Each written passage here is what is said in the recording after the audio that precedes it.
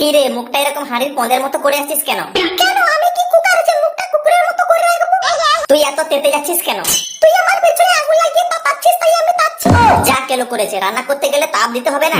হ্যাঁ সে তো তাপাতেই হবে, দিন দিন কুকারের প্রতি তোর ভালোবাসার আগুন দ্বিগুণ হয়ে যাচ্ছে না? মোটেও না, কুকার অনেক তাড়াতাড়ি রান্না করে আর ওকে তাপও কম দিতে হয়, তাই ও গ্যাসও কম পড়ায়। আর তোর মতো এত ভোঁদা চেহারা দেখতে হয় না। মানে তুই বলতে চাইছিস আমি বেশি গ্যাস পোড়াই আর আমি মোটা? তুই খালি গ্যাস কেন, ভাতও পোড়াস। আর ওই কুকার যার মধ্যে ভাত গুলে ভাত গুলে যায়, ভাত খালি গলা গলা করা আর বলে আরে পেচি, গলা ভাতও খাওয়া যায়, কিন্তু পোড়া ভাতটা কে খাবে? মুখে গরম খুন্তি বসিয়ে দেব। সেটা আমাকেও গরম করে দিতে হবে। এবারে তুই আর একটা কথা বললে তোর বানারে ভাতের ফ্যান ঢেলে ফুটো বন্ধ করিয়ে দেব বললাম। হ্যাঁ, ওটা আমার অভ্যেস আছে, তুই প্রায় ঢালিস। এবারে তোর মুখে ভাতের ফ্যান ঢেলে দেব সারা মুনের বাচ্চা। তুই আমার রান্নাকে পোড়া বলিস? দুটো সেদ্ধ করা ছাড়া কিটা পারে? আর তোর কুকার আমার মতো পায়েস বিরিয়ানি পোলাও এত কিছু রান্না করতে পারবে? আচ্ছা ঠিক আছে, আমার ভুল হয়ে গেছে, প্লিজ এবারে তুই বদার মতো ম্যামে করা বন্ধ করবি। এই মুখ সামলে নইলে চাকু দিয়ে তোর গ্যাস পাইপ কেটে দেব। আচ্ছা হাড়ি পাল্লা বললাম তো, কুকারের প্রতি তোর এত গা জ্বলে কেন? আমি তো তাবা ডেকচি কড়াই সকলকে তাপ দিই। হ্যাঁ সে ঠিক আছে, কিন্তু সবাই তো আর তোকে দেখে বেহায়া নির্লজ্জ লোকেদের মতো সিটি মারে না।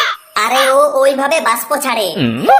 ও বাষ্প ছাড়ে সিটি মারে না? আমাকে দেখতে এত সুন্দর তাই ওর আগে ফুসফুস করে, আমি সবই বুঝি। তুই হাতার ঘোড়ার মাথা বুঝিস, সারা শরীর হাড়ে ভর্তি হিংসা নিয়ে সারাদিন ফুটে মরিস। এই আমি ফুটে মরবো কেন রে? ফুটে মরবে তো ওই কুকার। বংশটা তো পুরো হাই প্রেসারে ভর্তি। ছি ছি হাড়ি, তুই তো পুরো ছড়ির মতো কথা বলছিস। কেন রে, আসবটির মতো করে বললে কি ভালো হতো? আর তুই সেটাও কি বাকি রেখেছিস? তখন থেকে এমন ঝনঝন শুরু করেছিস যে থালা বাসন শুনেও লজ্জা পাবে। হ্যাঁ তাহলে ভাব ওদেরও লজ্জা আছে, কিন্তু তুই সবার সামনে কুকারের পেছনে ফুলদমে গ্যাস ওড়াচ্ছিস। আরে হাড়ি বলে কড়া তোর পেছন কালো, তোর নিজের কতটা আগুন লাগে তুই কখনো সেটা ভেবে দেখেছিস? তোর এই যে বিরিয়ানি পোলাও পায়েস এগুলো কি গোবর গ্যাসে তৈরি হয়? 6 মাসের অর্ধেকের বেশি গ্যাস তো তোর নিজের পেছন গরম করতে চলে যায়। বিশ্বাস না হলে তুই চামচকে জিজ্ঞাসা কর।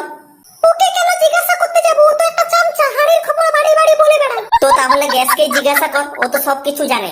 ও বাবা, ও তো আরো একটা বড় মিথ্যাবাদী। ওর গায়ে লেখা থাকে 15 কেজি আর গ্যাস দেয় 10 কেজি। ওর কোনো হিসেবে ঠিক আছে নাকি?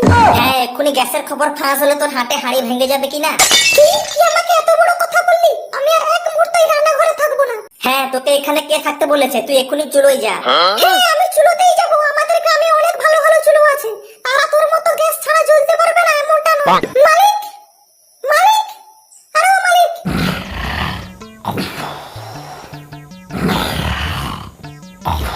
মালিক, মালিক।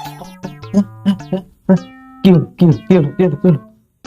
ও তোরা, হ্যাঁ কি হয়েছে বল।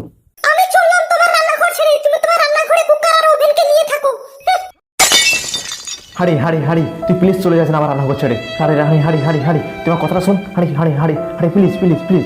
মালিক তুমি ওকে আটকেও না, তুমি ওকে যেতে দাও, ও ঠিক এখানে আবার পরে ঘুরে আসবে।